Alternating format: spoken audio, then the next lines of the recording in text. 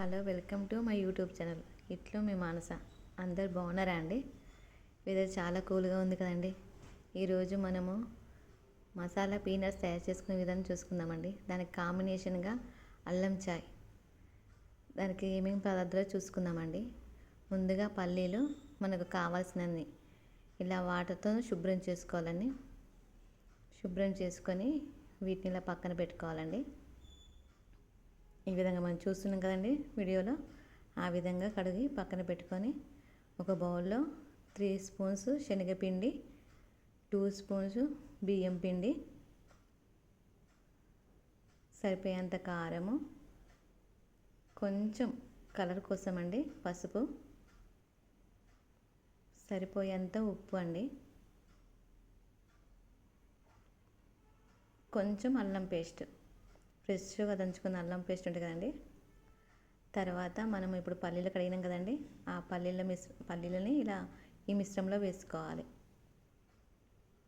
ఇలా వేసుకొని కొంచెం కొంచెం మనము వాటర్తో అండి కొంచెం కొంచెం వాటర్ ఇలా యాడ్ చేసుకుంటూ ఈ విధంగా ఇలా కలుపుకోవాలండి. ఎక్కడ పిండి లూజ్ కావద్దండి. లూజ్ అయితే మనకు బజ్జీల టైప్ అవుతాయి కాబట్టి ఇట్లా గిన్నెలో స్టవ్ ఆన్ చేసుకొని ప్యాన్ పెట్టుకొని ఆయిల్ వేడాక ఇలా కొంచెం పల్లీలు ఇలా వేసుకోవాలండి. మనం పిండిని ముద్దలుగా వేసుకుంటే బజ్జీ టైప్ వస్తుందండి. ఇలా విడివిడిగా మనం పల్లీలు ఇలా వేసుకోవాలి. అలా అయితేనే మనకు లోపల పల్లి మంచిగా కరకరమంటుందండి. ఈ విధంగా ఈ కలర్ వచ్చే వరకు బ్రౌన్ కలర్లో ఇలా తీసుకోవాలి మనము. చూడండి ఎంత కలర్ఫుల్గా ఉన్నాయో. ఈ విధంగా మనము ఈ కలర్ వచ్చే వరకు ఇలా వేపుతూ ఉండాలి.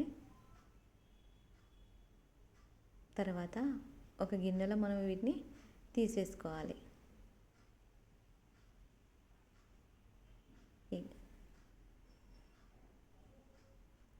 మనం పిండి మొత్తం అయిపోయే వరకు ఇలానే చేసుకోవాలండి. తర్వాత మనం ఒక బౌల్లో ఇలా సర్వ్ చేసుకొని, కొంతమందికి స్పైసీగా ఉంటే చాలా ఇష్టం కదండి. పైకి వెళ్ళి కొంచెం కారం, కొంచెం మసాలా, తగినంత సాల్ట్, ఈ విధంగా అది మన ఇష్టం ఉన్న వాళ్ళైతేనే వేసుకోవచ్చండి స్పైసీగా.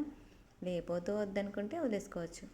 దానికి అల్లం టీ అయితే బాగుంటుందండి. అల్లం టీ ఇప్పుడు కొన్ని వాటర్ వేసుకోవాలి. దానిలో మనం చాయ్ పత్తి ఇలా వేసుకొని తగినంత షుగరు,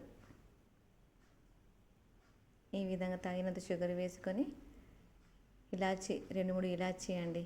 ఫ్లేవర్ ఇష్టం పడే వాళ్ళైతే ఎక్కువ వేసుకోవచ్చు. ఇలా ఇలాచి వేసుకొని తర్వాత మనం ఫ్రెష్గా అల్లం దంచేసుకుంటే మంచిగా ఉంటుందండి. కాబట్టి ఇలా అల్లం ఇలా దంచుకొని వేసుకోవాలి. మనకి ఇలా మరిగినప్పుడు అండి వాటర్ ఇలా మరుగుతుంది కదా, మరిగినప్పుడు మనకు తగినన్ని పాలు వేసుకోవాలి. ఈ విధంగా మనకు చాయ్ ఎంత మసులుతాయి అండి అంత బాగుంటుంది. కాబట్టి మనం సిమ్లో పెట్టి ఒక 5 మినిట్స్ చాయ్ మంచిగా మరగనివ్వాలి. తర్వాత మనము కప్పులో వడబోసుకోవాలి. ఈ విధంగా చూడండి ఎంత కలర్ఫుల్గా ఉందో చాయ్. ఈ వెదర్కి ఈ మసాలా పీనట్స్ అండ్ ఈ చాయ్ ఎంత బాగుంటుందో అండి. చూసారు కదండి పల్లీలతో చేసిన రెసిపీ. ఈ వెదర్కి చాలా బాగుంటుందండి. ఇది తినుకుంటూ టీ తాగితే ఇంకా బాగుంటుంది.